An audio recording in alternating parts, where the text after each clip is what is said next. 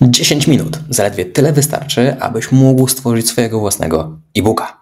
Cześć, z tej strony Janek. W tym wideo pokażę Ci krok po kroku, jak właśnie takiego swojego e-booka stworzyć, oczywiście od strony wizualnej. Najpierw stworzymy okładkę, a potem stworzymy swoje strony, które będą po prostu dostosowane w jakiś taki ciekawy sposób, które będą zawierały na przykład Twój podpis, Twoje logo, link do Twojej strony, numer kontaktowy, zależnie od tego, co tam wymyślisz, aby odpowiednio promować swoją książkę, czy swoje usługi, czy po prostu kontakt do siebie. Użyjemy do tego oczywiście darmowego narzędzia, jakim jest Canva, które już tutaj widzisz w tle. Jeśli nie znasz tego narzędzia, to nie martw się, ono jest całkowicie... my skorzystamy tutaj z darmowego planu, jest oczywiście też plan płatny, ale ja Cię poprowadzę tutaj krok po kroku, jak to wszystko stworzyć, zobaczysz, że to będzie naprawdę bardzo proste. Jeśli chcesz stworzyć swojego e-booka, ale jeszcze nie masz pomysłu, o czym on mógłby być, czy w ogóle jaki mógłby być temat, możesz do tego wykorzystać sztuczną inteligencję. A więcej o sztucznej inteligencji dowiesz się w moim kursie Okiełznaj AI. Tam właśnie między innymi pokażę Ci, jak sprawić, aby sztuczna inteligencja pomogła Ci przeprowadzić burzę mózgu, wymyśliła dla Ciebie pomysły, albo nawet później może napisała nawet całą treść książki.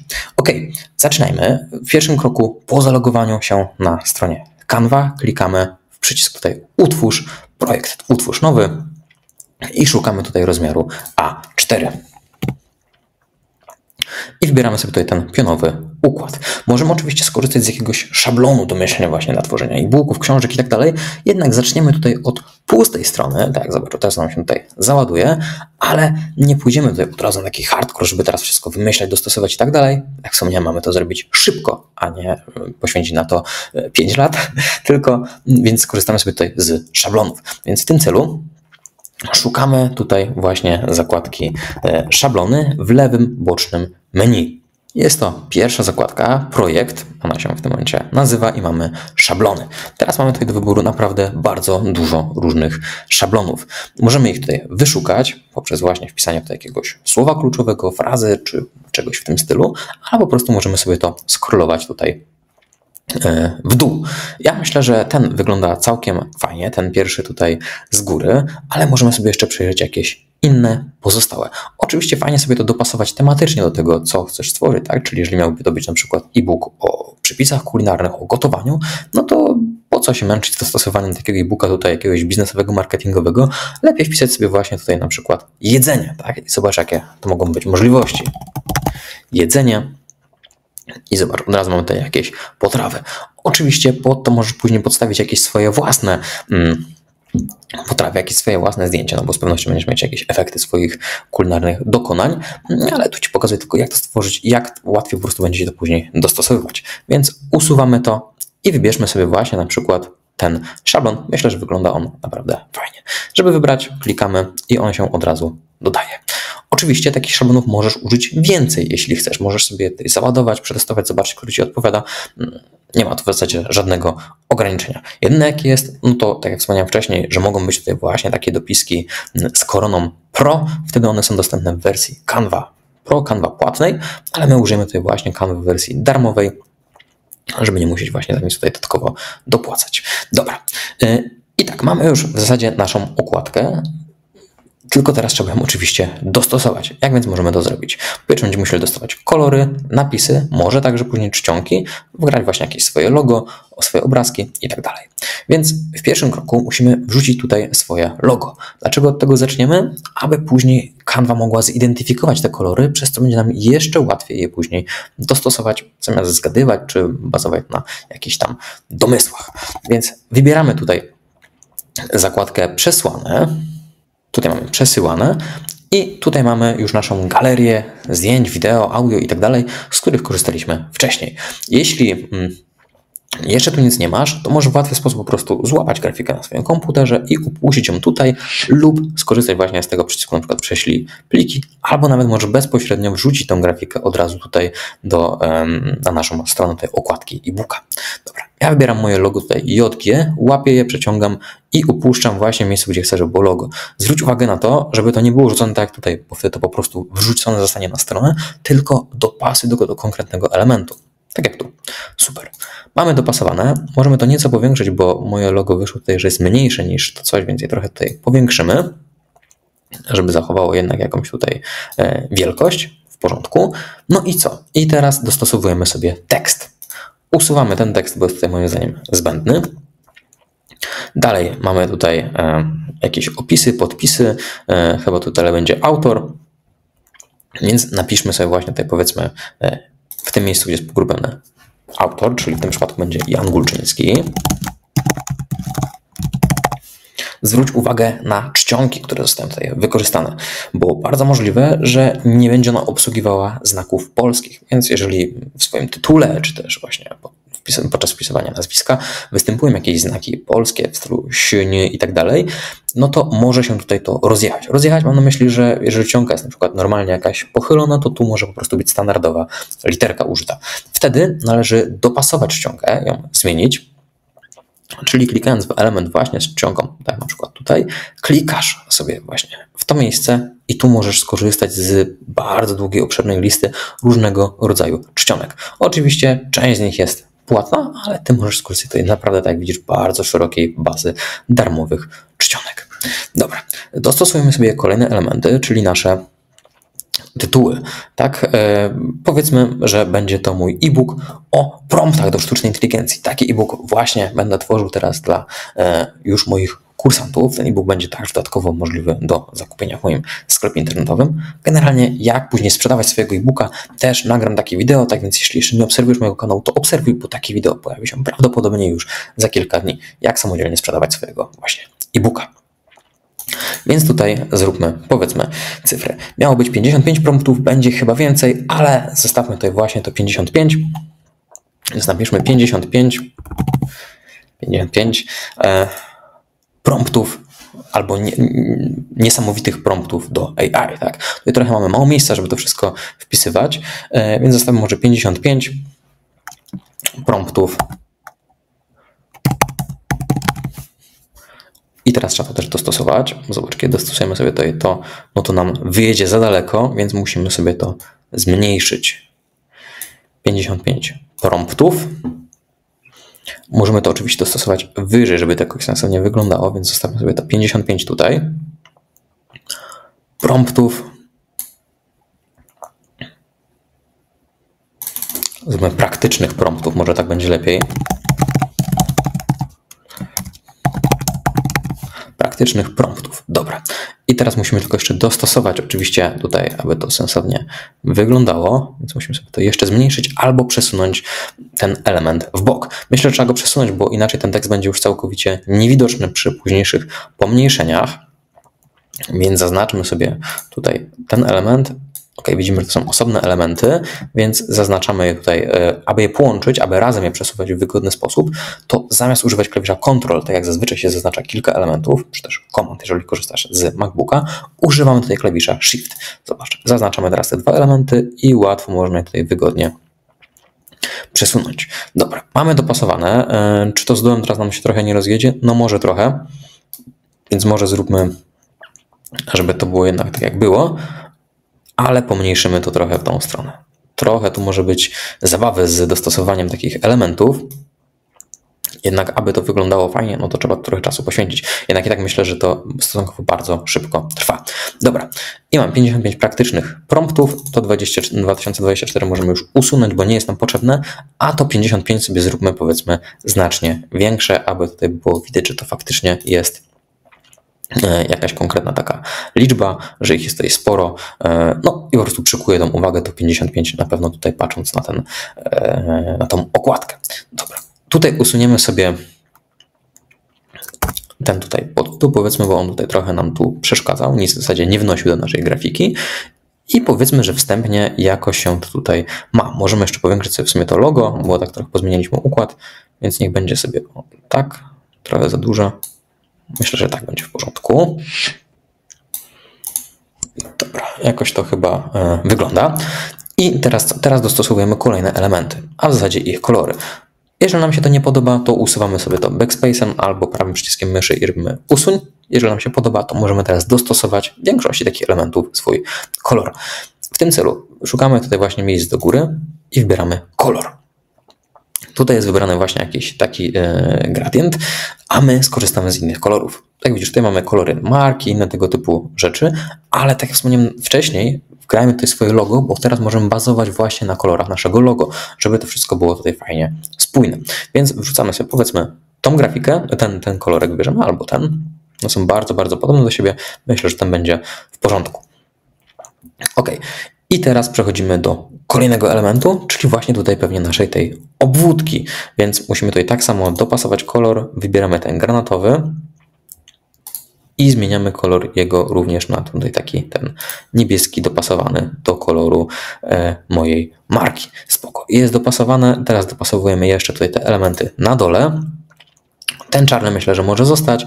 Ten dół dopasujemy, aby był po prostu idealnie dopasowany, chociaż jest chyba już mocno zbliżony. OK, widzę, że to jest ich dużo w sumie połączeń z tych kolorów, więc dopasujmy chociaż kilka, żeby to się jakoś połączyło. Pierwszy dopasujmy powiedzmy drugi i dopasujmy na przykład jeszcze trzeci. OK, pewnie niewiele to się tutaj dostosuje, ale niech będzie coś w tym stylu. Ten kolor tutaj zostawiamy, bo myślę, że on tutaj fajnie pasuje, fajnie to odkreśla, akcentuje i tak dalej, więc powiedzmy, że tak możemy to zostawić. Pozostało nam jeszcze oczywiście tutaj zamiast tego miasta tutaj wstawić właśnie na przykład swoje zdjęcie. Skoro ja się tutaj podpisuję, no to fajnie wrzucić swoje zdjęcie, ewentualnie jakiegoś robota, skoro jest tutaj temat o AI. Niestety nie mogę wrzucić tego zdjęcia, bo tutaj nie będzie nam wtedy pasował kolor. Zobacz, ale wrzuca się to w bardzo prosty sposób, tak jak logo. Teraz jest dopasowane, teraz by nie było. Więc wrzucamy i zobacz, niestety ten kolor, tutaj ten niebieski nie będzie nam pasował, więc muszę poszukać tego zdjęcia, gdzie no nie ma właśnie tej tutaj obwódki. Aby szukać zdjęć w galerii, tutaj w przesłanych w Canwie, możesz po prostu w tym miejscu sobie poszukać czegoś. Ja to wpisuję ja, bo chyba tak jakoś to nazywałem, będzie ja albo Jan. OK, jest znalezione moje zdjęcie, wybieram sobie to i je tutaj wrzucam. Zdjęcie jest dodane, jednak trochę mamy tutaj uciętą twarz. Więc co mogę w tym przypadku zrobić? Klikamy sobie w nie i możemy je tutaj dostosowywać. Niestety obraz może być dostosowany tylko góra-dół w tym przypadku, więc aby go lepiej dostosować, musimy go trochę rozciągnąć. Więc zobacz, powiększamy go nieco. I teraz, przez to, że on wychodzi już poza ramkę, możemy go już bardziej tutaj dopasowywać, tak jak widzisz. Więc musimy go jeszcze bardziej tutaj rozciągnąć. I teraz możemy zjechać w dół i dopasować tak, aby to wszystko jakoś tutaj fajnie wyglądało. Myślę, że trochę wyżej teraz damy. OK. I zobaczmy, jak to wygląda, więc odklikuję tutaj z boku. No i mamy. Myślę, że wygląda to całkiem spoko, takie odcięcie. Może jeszcze bardziej można było to przesunąć w bok, więc w sumie zaznaczmy sobie to koło i z tym kołem zróbmy bliżej. O. Myślę, że tak będzie wyglądało fajniej. Tutaj z tym tłem, no myślę, że jest nieźle. Jeżeli chcesz oczywiście coś pozmieniać, możesz też ustawić. Może w tym przypadku fajnie by wyglądało też na przykład, gdybym tą twarz zrobił tak, żeby pół było tylko widać, a drugie pół było właśnie odcięte. Nie? Oczywiście trzeba było to jakoś bardziej dostosować, tak żeby to przechodziło idealnie na przykład przez środek twarzy. No ale myślę, że takie coś bardziej się nadaje tutaj do kryminałów, jakiś tego typu książek. Ja zostawię coś takiego. Myślę, że wygląda to całkiem fajnie. Więc lecimy dalej. Lecimy na kolejną zakładkę. To 55 jeszcze sobie powiększę, bo jeszcze może być chyba fajniej. Dobra. I teraz zaczynamy tworzyć strony naszego e-booka. Jak to właśnie zaczniemy teraz robić? Więc klikamy tutaj dodaj nową stronę i moglibyśmy to w zasadzie wrzucać już tekst i tworzyć naszą książkę, skoro mam okładkę. Jednak fajnie, aby te strony były bardziej spersonalizowane, a więc aby tutaj właśnie było nasze logo, może gdzieś tam na dole w stopce jakaś informacja kontaktowa, może link do strony, oferty, czegoś w tym stylu, więc to już zależy od tego, co ten e-book tutaj ma za zadanie robić. Zacznijmy więc od dodania, powiedzmy, swojego logo. Zaznaczamy ten element, który był tutaj wyżej, i go kopiujemy. Standardowo Ctrl-C lub Command-C, może oczywiście też prawym przyciskiem myszy to zrobić i wracamy na dół, na naszą stronę. Pamiętaj, aby ją tutaj zaznaczyć, by była aktywna, bo inaczej skopiuje się to na poprzedniej stronie. No i robimy Ctrl-C lub Command-C lub Ctrl-V. Wklejamy i zobacz, teraz jest to w tym samym miejscu, więc to naprawdę fajnie będzie wyglądało, ale my sobie wrzucimy to bardziej tutaj w narożnik. Może coś takiego. Zobaczmy, jak to w całości wygląda. Myślę, że jest fajnie. Mogło być w tym narożniku, może zrobić trochę mniejsze, albo jeszcze bardziej dodać trochę w narożnik. Dobra, myślę, że tak mogłoby być. Więc tak sobie to zostawmy. Teraz dodajemy kolejne elementy. I kolejnym elementem będzie właśnie nasza stopka. Stopkę możemy sobie dodać poprzez kształty różnego rodzaju. Więc wchodzimy tutaj w zakładkę elementy i teraz możesz sobie właśnie tutaj wyszukać kwadrat lub coś w tym stylu, albo wybrać go właśnie na przykład ja mam tutaj w ostatnio używanych, no ale wyszukajmy, żeby ty możesz go nie mieć. Właśnie wyszukaj, tu mamy kwadrat. Ok, szukamy kwadratu i wybieramy go. Łapiemy, upuszczamy na naszej tutaj stronie. I teraz musimy go dostosować, więc zjeżdżamy z nim w miejsce, w którym chcemy, aby on się znajdował, czyli będzie to dół naszej strony. Zjeżdżamy z nim tutaj na sam dół. Dobra, i dopasowujemy go właśnie pod te linie. Tak widzisz, wszystko tutaj w Canwie jest proste, bo te linie są bardzo takie aktywne i wszystko ma tutaj wyraźny akcent, więc można to łatwo dostosowywać. Teraz zjeżdżamy z tym niżej, aby dopasować po prostu wysokość naszego tutaj paska, naszej stopki. Myślę, że taka wysokość będzie już naprawdę duża, więc tyle niech zostanie. No i musimy tutaj oczywiście jeszcze dopasować tło. Proponuję tutaj dwa rozwiązania. Pierwsze będzie dopasowanie koloru albo pod kolor logo, czyli właśnie zrobimy sobie to taki błękitny, w tym przypadku może być właśnie ten tutaj błękit, albo możemy zrobić na przykład jakieś szare. Ja zostawię sobie właśnie tutaj na przykład ten błękitny, myślę, że będzie to fajnie wyglądało i na takim jasnym tle damy tutaj czarny napis. W tym celu wybieramy tutaj zakładkę właśnie tekst i wybieramy, dodaj powiedzmy, no tekst, zróbmy ten tutaj, tą ostatnią opcję, będzie to ten najmniejszy. Ten tekst po kliknięciu powinien się od razu pojawić na naszej stronie. Możemy oczywiście też go jakoś po prostu przeciągnąć tu i opuścić. Najpierw oczywiście jeszcze musimy dopasować tutaj naszą stopkę. Widzę, że nie wiem, czemu ona się nie dopasowała, coś przeminąłem. I dopasowujemy. Teraz już na pewno jest odpowiednia, tak jak widzisz, teraz już wystaje poza szerokość. Dopasowujemy. Sprawdźmy, jeszcze tu nie jest dopasowana. Więc trochę w dół. Ok, teraz powinno już być wszystko w porządku. Tak jest. Wszystko jest w porządku. Super. Więc łapiemy nasz tekst i wrzucamy go tutaj w naszą stopkę. Wrzucimy sobie powiedzmy tutaj mój link do strony, aby można było łatwo wejść sobie na moją stronę, nie wiem, czytać więcej o mnie, czy jakoś łatwiej się ze mną skontaktować. Więc wrzucamy tutaj jangulczynski.pl. I teoretycznie taki podpis jest już w porządku. Jednak skoro to będzie e-book, a nie zwykła książka, to możemy zrobić, aby to łącze było aktywne, tak? Czyli że po prostu ktoś czytając książkę mógł sobie w to kliknąć i od razu mu się otworzy, a nie tak jak w klasycznej książce będzie musiał to przepisywać. Więc w tym celu mając zaznaczony tekst, szukamy sobie tych tutaj 3 kropeczek, klikamy w nie i teraz wybieramy tutaj opcję link. Klikamy w link i teraz musimy wprowadzić link do strony. Czyli wpisujemy generalnie to samo, tylko na początku dodajemy sobie tutaj na przykład https:// jangulczynski.pl i robimy gotowe. Oczywiście możesz sobie tak też dodać jakiś inny link, tak? Czyli podać właśnie przykładowo u mnie mogło być to jangulczynski.pl, a link mógłby prowadzić na przykład do konkretnego produktu, tak? Rozwiązania związanego z tym tematem albo do zakładki kontakt. No to już zależy od tego, co sobie wymyślisz. Pewnie już kojarzysz, wiesz, jak działają hiperłącza. Tak, że masz na przykład kliknij tutaj, a link prowadzi do jakiegoś portalu zakupowego czy czegoś takiego. Dobra, mamy już naszą stopkę, mamy już nasze logo. Fajnie było dodać jeszcze jakieś tutaj miejsce na przykład na obrazek, tak? Bo zakładając, że będzie to książka, która będzie miała jakieś obrazki, jakieś wstawki, inne elementy, to możemy je gdzieś tutaj też umieścić w jakiś fajny, prosty sposób. Więc wybierzmy sobie powiedzmy jeszcze tutaj elementy z powrotem, szukamy w naszej zakładce elementy i wybieramy zakładkę tutaj ramka. Szukamy tutaj opcji ramka, kształty, tu będą ramki. No i teraz musimy sobie doposzukać jakiejś ramki, która będzie nam odpowiadała. Może być na przykład ta tutaj z zaokrąglonymi brzegami. Wybieramy ją i wrzucamy sobie, powiedzmy, że tutaj na naszą stronę. Dopasujmy ją teraz tak, aby to jakoś fajnie tutaj wyglądało, czyli powiedzmy, że będzie to właśnie tak mniej więcej tu. Powiedzmy, że myślę, to będzie w całej koncepcji jakoś fajnie wyglądało. Trochę możemy jeszcze tutaj zmniejszyć. OK. No i mamy to dostosowane. Co my dzięki temu? Teraz możemy w łatwy sposób do końca krawędzi. Dobra. Wrzucać sobie jakieś tutaj obrazki odpowiednio tematycznie do strony, tak? Czyli może być na przykład, trzymając się mojej tutaj tematyki e-booka, czyli praktyczne prompty do AI, tak? Mogą one być podzielone na kategorie, czyli może być na przykład produktywność, tak? To tutaj mogłoby być zdjęcie właśnie na przykład z czasem, tak? Z efektem, kto patrzy na zegarek, coś w tym stylu, tak? Może być jakaś inna zakładka na przykład do treningów, tak? Czyli będzie do tego właśnie jak przestrzegać diety, jak trenować, czy czat, który pomoże Ci wszystko przygotować personalnie pod Ciebie, bo takie polecenia też będą w moim e-booku. To wtedy możesz tutaj wrzucić właśnie na przykład kogoś, kto po prostu trenuje albo ma robota jako trenera. No to już generalnie zależy od Ciebie, co sobie tutaj stworzysz, jak to fajnie wymyślisz. Oczywiście możemy dać tu jeszcze parę innych dekoracji.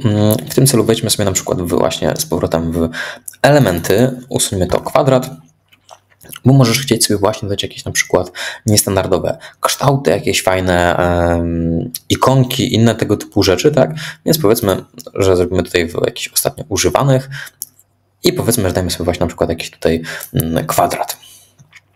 Przeciągamy, opuszczamy, teraz go trochę okręcimy, używając właśnie tego przycisku, tak? Zrobimy, żeby był taki kwadrat, ale powiedzmy, że pionowy. Oczywiście go musimy tutaj zmniejszyć, żeby był dużo mniejszy, jakiś tutaj bardziej taki atrakcyjny, bo przecież on nie jest tutaj głównym bohaterem tej strony. Dobra, mamy wybrane powiedzmy tutaj taki teraz zostaną prostokąt, ale powiedzmy, że on nam pasuje i że chcemy, aby taki był, więc go wrzucamy sobie powiedzmy, no nie wiem, gdzieś tutaj na środku strony, tak? Jako taki tutaj dodatkowy element dekoracji. Powiedzmy, że taki.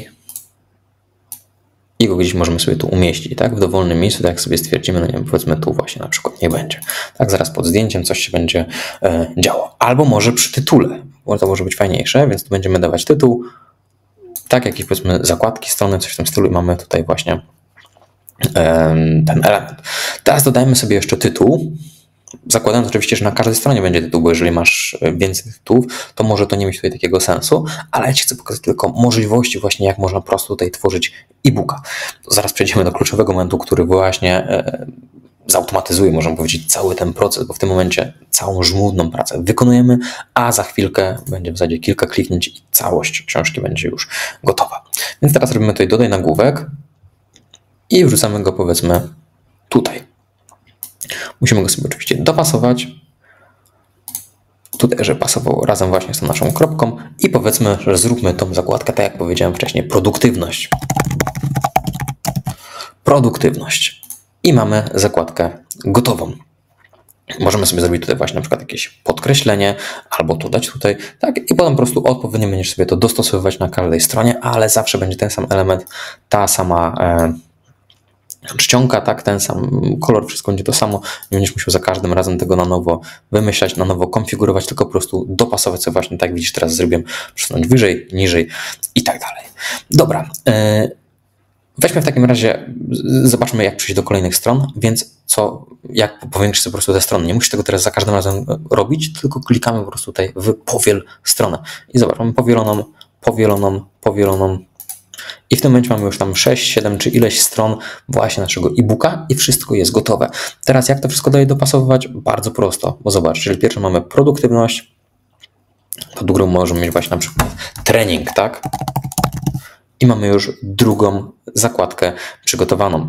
Trzecią możemy wpisać właśnie jeszcze coś innego, czyli na przykład narzędzia. Tak? Czy jeszcze coś innego, czy właśnie burza mózgów, tak? Burza mózgów.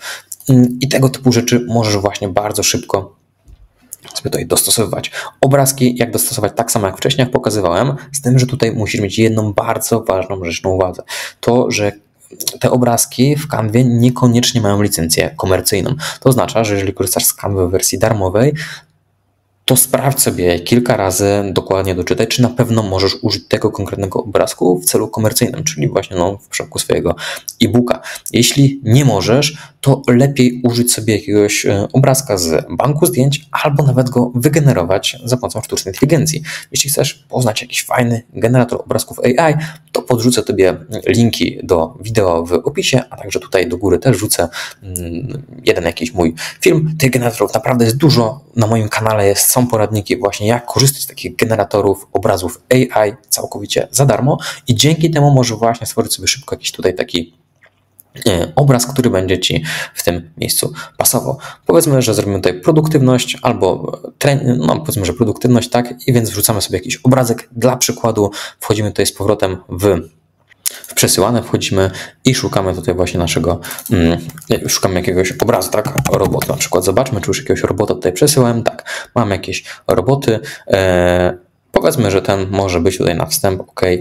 W łatwy sposób go upuszczamy, wrzucamy, no i nasz robot jest gotowy. Możemy oczywiście ten obrazek jakoś tu dostosować, ale to oczywiście teraz dostosowujemy ramkę, ale aby dostosować obrazek, kliknij 2 razy i teraz możesz właśnie dopasować ten obrazek, który został tutaj wrzucony. Tak więc jak chcę go pokazać bardziej tak, dopasowuję i tak jak widzisz, teraz widać go w pełni z całą głową. No i na koniec najważniejsze, jak zapisać naszego e-booka. W tym celu kliknij tutaj do góry w udostępnij i teraz wybierz pobierz. Jednak nie klikaj od razu tutaj tego przycisku na dole do pobrania, tylko musisz jeszcze zmienić format. Domyślnie jest tutaj ustawiony prawdopodobnie PNG, czyli obrazek, można powiedzieć. Kliknij w to i zmień sobie tutaj właśnie na PDF, czyli właśnie taki, w jakim zazwyczaj są e-booki.